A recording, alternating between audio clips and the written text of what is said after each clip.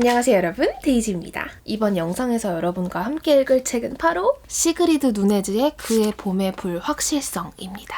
열린 책들과 함께합니다. 뿅!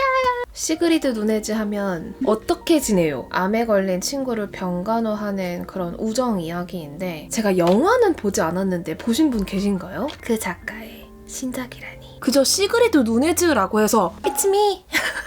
그런데 여러분 표지가 좀 독특해요. 앵무새잖아요. 근데 앵무새가 나뭇가지 위에 있고 비상하는 단계를 뭔가 우표처럼 그려냈거든요. 전 참고로 표지에 이렇게 원제 들어가는 거 좋아하거든요. The vulnerables, 취약한 것들, 취약한 사람들을 의미하거든요. 그래서 원제, 번역된 제목, 그리고 이 표지가 지금 저에게는 물음표. 언제 왔어요, 고양이? 첫 번째 문장이 불확실한 봄이었다. 어?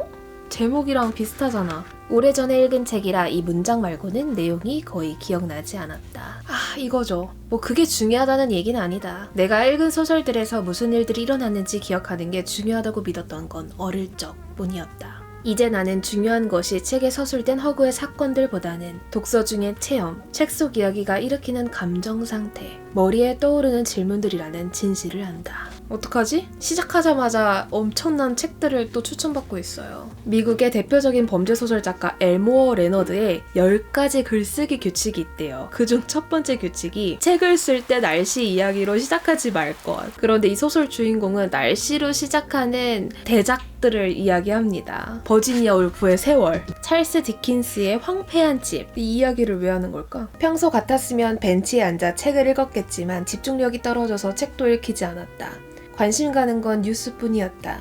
내가 무시하고 싶었던 게 하나 있다면 바로 뉴스였는데 말이다. 12월을 함께 보낸 여러분 공감하시죠? 왜 여기서 무슨 일이 일어났는데? 주인공이 할머니인가 봐요. 나의 젊은 친구는 내가 바깥에서 시간을 너무 많이 보내는 걸 탐탁자나 했다. 집에 머물러라. 그게 규칙이었다. 규칙? 왜지? 규칙을 만드는 사람인 뉴욕 주지사가 동의한 일이다? 주인공이 작가인 것 같아요. 현재 글을 못 쓰고 있는 상황인 것 같아요. 한동안 나는 책을 읽을 수가 없었고 다시 글을 쓸 수 있을지에 대한 확신도 없었다. 그건 그의 봄의 많은 불확실성 가운데 하나일 뿐이었다. 하지만 여전히 나는 왜 평생 애도하며 사는 기분인지 알고 싶다. OMG, my Cheetos is here!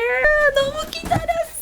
여러분, 제가 일전에 미국에서 먹어본 치토스가 있는데 제 인생 과자라고. 그런데 과자를 해외 배송하는 일은 저에게는 굳이의 영역이었는데 이번 셀프 생일 선물로 저에게 치토스를 사줬습니다. 따단!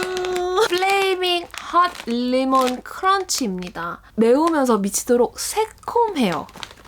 책이 더럽혀지는데? 어떻게 먹지? 여러분, 이렇게 빨개요.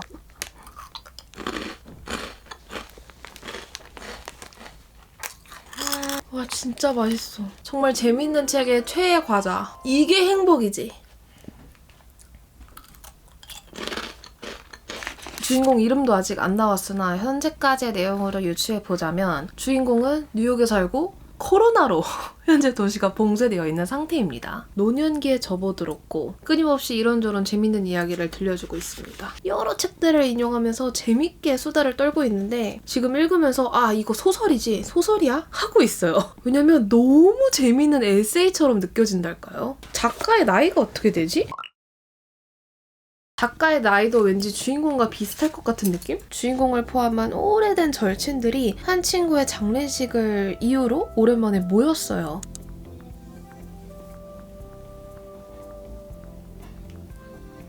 어떻게 지냈는지 회포도 풀고 그러다가 남자들이 없는 세상은 과연 유토피아일까? 라는 토론을 이어갑니다. 그래도 유토피아는 아니지 않을까? 왜냐면 여전히 계급이 존재할 거다. 여전히 하나의 집단이 다른 하나를 지배하려 들 것이다. 그게 인간의 본성이니까. 여전히 학대받는 아이들이 많을 거고. 여러분, 수다 떤 주제를 키워드로 한번 나열해보세요. 최근 달록 선생님 만나서 수다 떤 주제들인데요. 둘이 만나면 왜 읽기는 불가하고 쓰기만 가능할까? 매번 안 읽는데 책을 들고 나오는 심리는? 내용은 물론 다 기억 안 나지만 재밌습니다. 경험 많은 여성들의 수다. 만약 제가 책 속 친구들의 수다에 끼어들었다면 지금 제가 너무 잘 보고 있는 나의 완벽한 비서 드라마 이야기를 꺼낼 것 같아요. 제가 진짜 어릴 때부터 여러분 내조하는 남자가 제 이상형이었어요. 집안일 잘하고 요리 잘하고. 그래서 제가 이 수다에 끼었으면 여러분이 그렇게 비웃던 나의 이상형, 그 이야기가 팔리는 시대가 도래했다. 체리야. 어이구. 시리 말고. 체리, 타러 가자.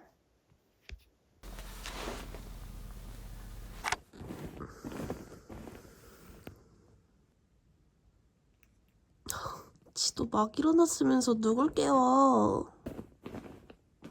서울에서 미리 명절 세고 온 다음부터 꾸준히 하려는 게 있습니다. 바로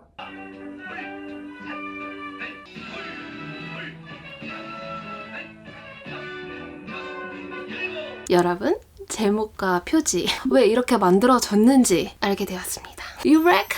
지금 책 속 배경이 코로나 봉쇄 기간이란 말이죠. 그래서 현재 뉴욕집으로 돌아올 수 없는 지인의 앵무새를 주인공이 임시 보호하게 된 거예요. 임시 보호라기보다는 주인공이 그 집에 가서 살게 됩니다. 새는 금강 앵무이고 이름은 유레카. 도움을 베풀 대상을 찾아내는 것. 그게 많은 병들을 고치는 약이라고 한다. 그게 스트레스와 불안을 완화시키고 애도와 슬픔, 상실감을 어루만져 준다고 한다. 주인공에게는 바로 그게 유레카였던 거죠. 분명 내가 케어를 할 대상인데 되려 유레카에게 역으로 위로를 받으면서 인간 이외의 생명체들이 지닌 생각하고 느끼는 능력에 대해 우리가 조금 더 큰 관심을 기울였더라면 인간들 사이에 만연한 우울도 많이 줄었으리라. 그 모든 멸종들도 막을 수 있었을 테고 우리 종 지구 전체가 구원될 수 있었을 것이다. 의인화, 우리는 그걸 종교로 삼았어야 했다. 그렇게 주인공의 유레카, 새 돌보기 일상이 이어집니다. 코로나 격리 기간이 여러분 벌써 먼 옛날처럼 느껴져요. 내가 아무 생각 없이 살고 있는 이 세상이 언젠가는 멈출 수도 있구나. 초자연적인 힘이 한 개인의 일상을 압도시킬 수 있구나. 환경, 관계, 동물, 돌봄 그런 것들에 관심을 갖게 해준 재앙 같습니다. 그런 마음들, 생각들을 이렇게 소설로 풀어냈다는 것이 참 시적절하면서 누네즈 엄청난 이야기꾼이다. 앵무새의 수명이 매우 길다는 것 알고 계셨나요? 100년까지도 산대요. 지금 여기서 나온 책들, 다큐들, 이런 앵무새에 대한 잔짓이 제 머리가 행복해서 막 환호성을 지르고 있어요. 재밌다!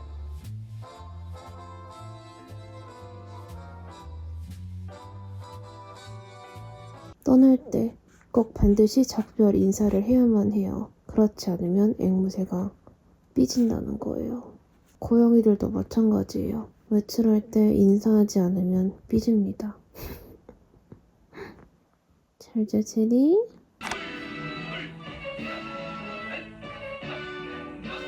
앵무새 케어 일상 후 막간이라는 챕터가 시작되는데 여러분 이 페이지들은 올해의 페이지로 삼을 만큼 너무 좋습니다. 주인공이 어떤 책들, 어떤 문장을 참 좋아하고 싫어하는지 그 단상들을 쭉 이어서 쓴 거예요. 예를 들어 나는 사랑이 끝난 후 너무 일찍 그 사랑에 대한 글을 쓰는 실수를 범한 적이 있다. 마음이 얼음처럼 차갑게 식은 후에야 글을 쓰라는 체호프의 권고를 잊은 것이다. 버지니아 울프는 요즘 내가 읽은 책들은 내 작품을 포함해서 전부 나에게 너무 긴 것 같다라고 말했다. 나는 그 말이 좋다. 보르헤스는 장편소설과는 달리 단편소설은 모든 면에서 본질적일 수 있다고 했는데 나는 그 말도 좋다. 단편소설이 좋은 이유 본질적이어서 이 표현 너무 좋지 않아요 여러분? 京城也是初来乍到，人生地不熟的，让我去哪里找这些孩子？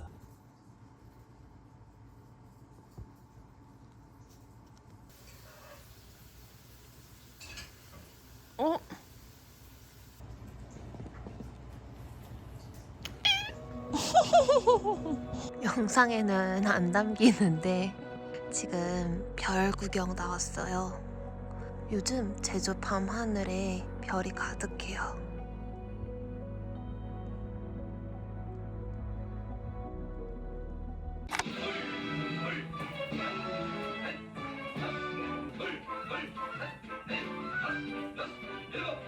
주인공이 앵무새를 케어하면서 앵무새 영상을 엄청 봐요. 앵무새가 어쩜 이렇게 똑똑할 수 있지? 왜 이렇게 놀이를 좋아하지? 하면서 현재 제 알고리즘 앵무새와 고양이 숨바꼭질 놀이하는 앵무새의 영상이거든요.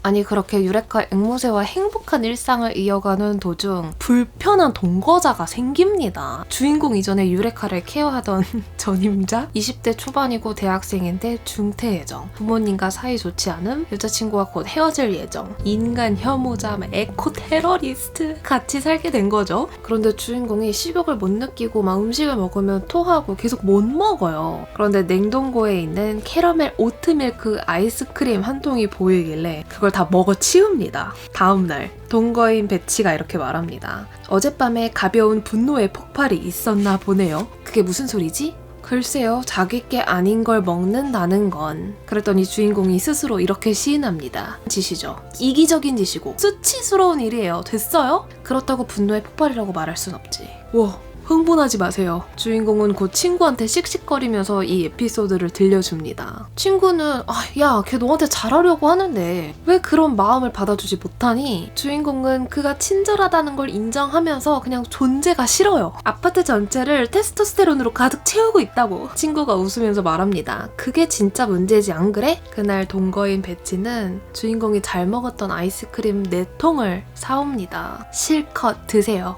물어보고 사올 걸 그랬네요. 다른 맛을 더 좋아할지도 모르는데. 나는 그 말에 눈물이 고였다. 네, 이렇게 우리 주인공은 케어가 필요한 유레카, 이해가 필요한 불편한 동거인과 함께 불확실한 시간 속에서 어떻게 살아가야 하는가 묻습니다. 시간이 지나가는 건 삶이 지나가는 거라는 생각이 들었다. 삶도 한 방향으로 빠르게 흐르고 붙잡거나 멈출 수 없다. 그게 어른들의 마음을 짓누르는 것이다.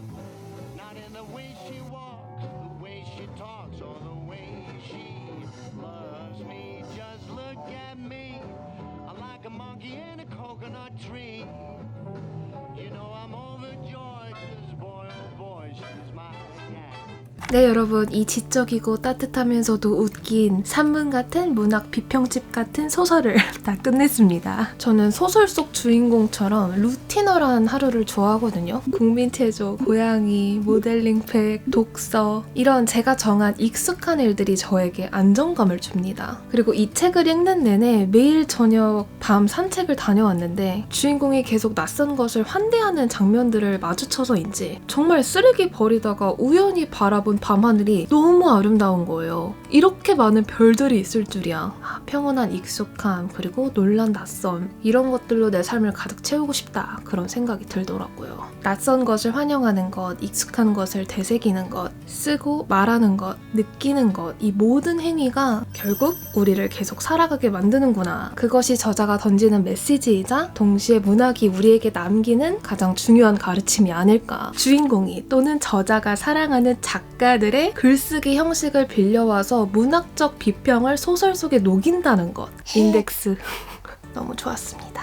아니 에르노, 버지니아 월프, 이 두 이름에 가슴이 뛴다면 이 책입니다. 제가 중간에 막간이라는 챕터가 너무 통으로 좋다고 했잖아요. 그 막간이 버지니아 월프의 책 제목이더라고요. 그리고 제가 읽는 내내 주인공의 이름을 말한 적도 없고 첫 문장이자 이 제목을 매우 흥미로워했었죠. 이게 이 책을 관통하는 핵심 이스터에그라서 그걸 찾고 읽는 즐거움을 여러분에게 남겨드리겠습니다. 이번 영상은 원래 책 선물이 미포함이라서 제가 커피나 다른 기프티콘 선물해드릴까 했는데 같이 읽고 싶습니다. 댓글 남겨주신 3분에게 그의 봄의 불확실성 보내드리겠습니다.